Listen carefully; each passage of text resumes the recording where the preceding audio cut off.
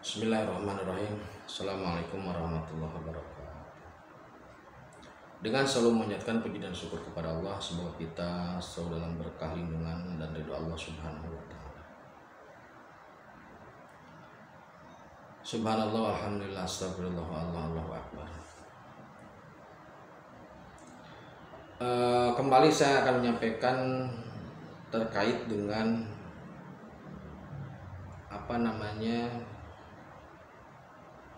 ayat ku anfusikum wa ahlikum nar.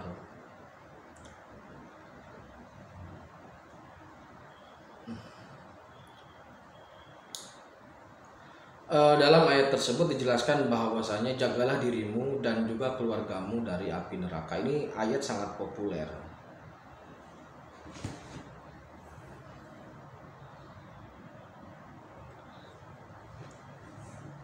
Wau di sana atau wa di sana, ku anfusikum wa ahlikum. Wau di sana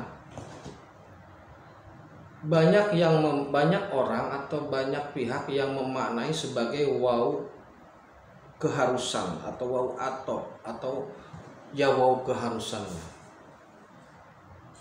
mutlak harus gitu. Nah, kami dari tim Raja Nusantara mencoba memaknai wau itu bukanlah wau keharusan, tapi menjadikan wau itu sebagai wau asbabiyah atau wau usaha. Maksudnya begini, jagalah dirimu dan keluargamu dari api neraka. Jagalah dirimu dengan asbab kamu selamat, maka keluargamu bisa selamat. Jadi wawunya di sana itu lebih kepada penekanannya itu subjek pertamanya. Semisal begini, jika terjadi sebuah kecelakaan gitu ya, maka yang bisa menyelamatkan orang atau korban kecelakaan itu, atau yang bisa menolong orang korban kecelakaan itu adalah orang yang selamat. Semisal Anda dan keluarga itu mengalami kecelakaan, umpamanya mobil guling lah umpamanya. Nah, yang bisa menyelamatkan atau yang bisa menolong keluarga itu atau siapapun itu dalam mobil itu adalah orang yang selamat. Mana mungkin seorang yang tidak selamat bisa membantu yang lain. Nah, maka di sini wawunya itu bukanlah wau atau, tapi wau asbab. Maksudnya begini, selamatkan dirimu dulu, semoga ketika kamu selamat bisa menolong orang lain gitu. Tapi bukan berarti egois. Ketika kita berusaha menyelamatkan diri sendiri dulu, menyelamatkan akidah kita sendiri dulu, itu nanti pola berpikirnya tidak langsung menyalahkan orang lain, satu. Yang kedua, tidak langsung memaksakan kehendak kepada orang lain. Sekali lagi, kalau kita berpikir bahwasanya kita menyelamatkan diri sendiri dulu, itu kita akan berpikir bahwasanya kita tidak akan menyalahkan orang lain dan juga kita tidak akan memaksa orang lain. Tetapi kalau kita berpikir bahwasanya waunya wau atau wau kemutlakan atau keharusan, maka kita berpikir harus memaksakan orang lain dan juga pasti menyalahkan orang lain jika tidak sama dengan pendapat kita gitu loh. Semisal beginilah, wa anfusikum wa ahlikum nar. Kita sholat,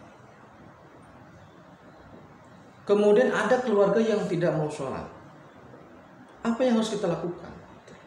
Kan begitu. Jika waunya itu wau atau wau keharusan, maka kita akan menyalahkan saudara kita dan akan memaki-maki saudara kita dan memaksakan supaya dia sholat. Itu jika waunya atau. Tapi jika waunya asbab, hal pertama yang kita lakukan adalah kita memperbaiki diri dulu kita memperbaiki ibadah kita, akidah kita, ibadah kita, kemudian memohon kepada Allah agar dibukakan hidayah untuk saudara kita itu. Jadi dengan berpikir bahwa wau itu bau asbab, kita tidak ada terbebani dengan orang di luar kita, bahkan oleh anak istri kita. Kita bertanggung jawab kepada Allah untuk membimbing, tapi tidak bertanggung jawab terhadap hidayahnya gitu loh. Karena apa? Hidayah itu milik Allah. Jika saja ku anfusikum wa ahlikum nara, wawunya itu adalah waw atau waw kemutlakan keharusan pertanggungjawaban yang mutlak. Jadi jagalah dirimu dan kamu harus mutlak menjaga keluargamu. Maka nanti akan bermasalah terkait dengan Nabi Nuh. Nabi Nuh itu anaknya tidak beriman. Nabi Ibrahim bapaknya tidak beriman.